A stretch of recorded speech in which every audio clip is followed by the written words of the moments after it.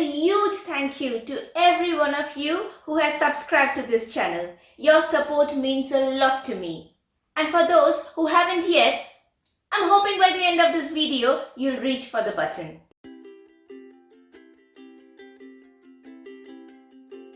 I started making our own skincare products like moisturizers as I felt pretty guilty about using all the plastic containers that the store-bought cosmetics invariably came in.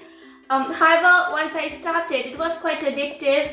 I realized that it is making a good difference to the quality of the skin. The skin felt soft and supple, and also this is so easy to make. So I carried on, and I've been doing this for more than a year, and my husband particularly is very fond of the body butter, and last night he requested me to make another set for him.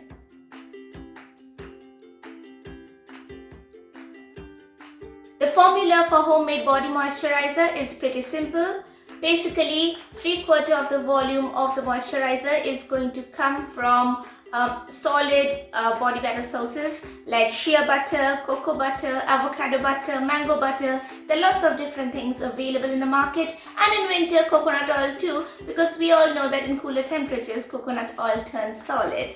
Now you can use either one of them, or you can use a combination. You can customize this. As we go along, you'll realize that there's so much scope for customization for this. 25% of the volume is going to come from liquid sources. In summer, coconut oil is going to be at that side of the table. And then we have other alternatives like jojoba oil or almond oil, and there are many other varieties. Or even olive oil straight from the kitchen pantry. No need to buy anything else from anywhere else.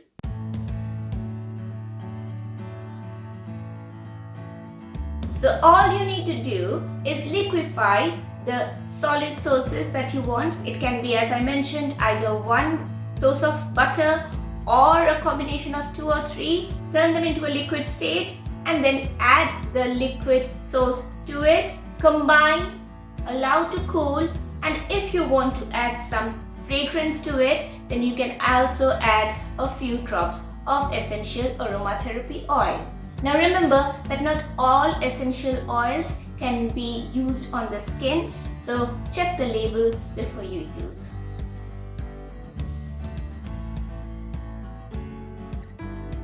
As promised, this is a very simple recipe. I'm going to use for the solid elements a combination of shea butter and cocoa butter. First, I need to add these two solids together and liquefy it. There are a few ways of doing it, and most people recommend using a double boiler. In case you do not know what a double boiler is, you take a bigger pan, just add water to it, and then add whatever solids you need to liquefy in another pan, put it in the bigger pan, and then heat the bigger pan. The idea is that as the water temperature rises, the solid is going to liquefy. However, I find it too much of a hassle, so instead I use this pan straight away. This has a beak. It's useful, so I can just straight away pour the liquidy form into my container. So first I'm going to add the shea butter and the cocoa butter to this and put it in the heat source to liquefy. I've now put this on the hob. It's going to heat up and liquefy the cocoa butter and the shea butter in a matter of seconds. It's quite simple to use it this way. It doesn't take long. Agreed that it can get overheated and I need to keep an eye on it, but it's just a few seconds job anyway. Will I ever use a microwave for this? Last time I used a microwave to liquefy chocolate. That did not end well, and I had to spend many hours carefully cleaning molten chocolate from every square inch of the inside of my microwave. So I'm not going to tread that path again. It's done. I'm going to pour this in the container where I'm going to store the moisturizer. This is an old cosmetics glass bottle that I've been reusing for the last 1 year, that I am seriously into making DIY skincare products. And I need to add the coconut oil to it. I'm going to do a visual estimate. I don't measure. I just have a look and then I decide how much oil I need to put in. Alright, that's done. I'll let it cool for a few minutes before I put my aromatherapy oil in. So this is my collection of essential aromatherapy oils. I do love my smells. Last time I used frankincense oil for the body moisturizer and Vikram absolutely loved it.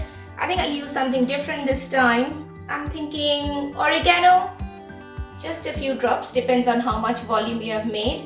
I'm going to use about 5 to 7 drops for this one. I've also decided to add a few drops of tea tree oil to it.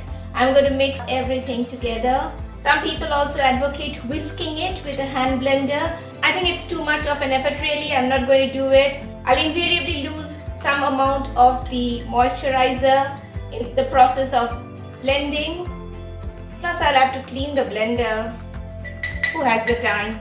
So I'm going to allow it to cool in the room temperature for a while, and then I'll put it in the refrigerator for a few hours. Looks like it's done. Smells lovely.